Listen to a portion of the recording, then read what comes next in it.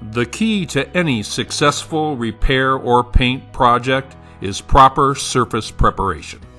A wire brush and sandpaper are great tools to remove any loose paint, and of course make sure the item is clean before you start. We've used those steps on this weathered 3-year-old Buddha fountain, and now we're going to apply a base coat over the areas with the loss of paint. We've chosen a color that closely matches the original color and highly recommend the Rust-Oleum 2X Ultra Cover brand, as it's both a paint and a primer. After following recommended dry time instructions, we're now going to antique the item using the dry brush method and some black paint. Using cardboard as our easel, we dip the brush lightly into the paint, taking off most of it, and apply light brush strokes around the affected area.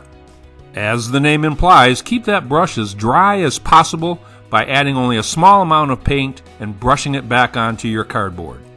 We'll now dry brush the rest of the fountain to disguise our earlier repair.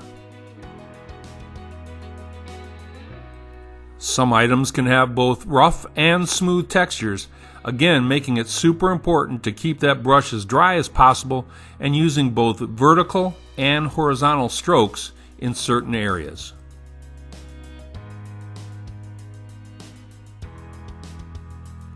Now that we're satisfied with our antiquing process using black, we've decided to add a bronze component that will heighten the appearance of the Buddha fountain. Again, a super light touch and multiple step application is the key to success, because once that paint is on there, it's not coming off. After following and perhaps exceeding dry time recommendations, we recommend a clear sealer to enhance your repair and protect against UV rays. We've chosen the Rust-Oleum Semi-Gloss Sealer. There are also satin versions and high gloss as well. These sealers not only enhance the appearance and protect your finish, they make it a lot easier to clean should you have any hard water, calcium, limescale deposit buildup. Following these simple and economical steps will increase the lifespan of and increase the enjoyment of your Angelo Decor fountain.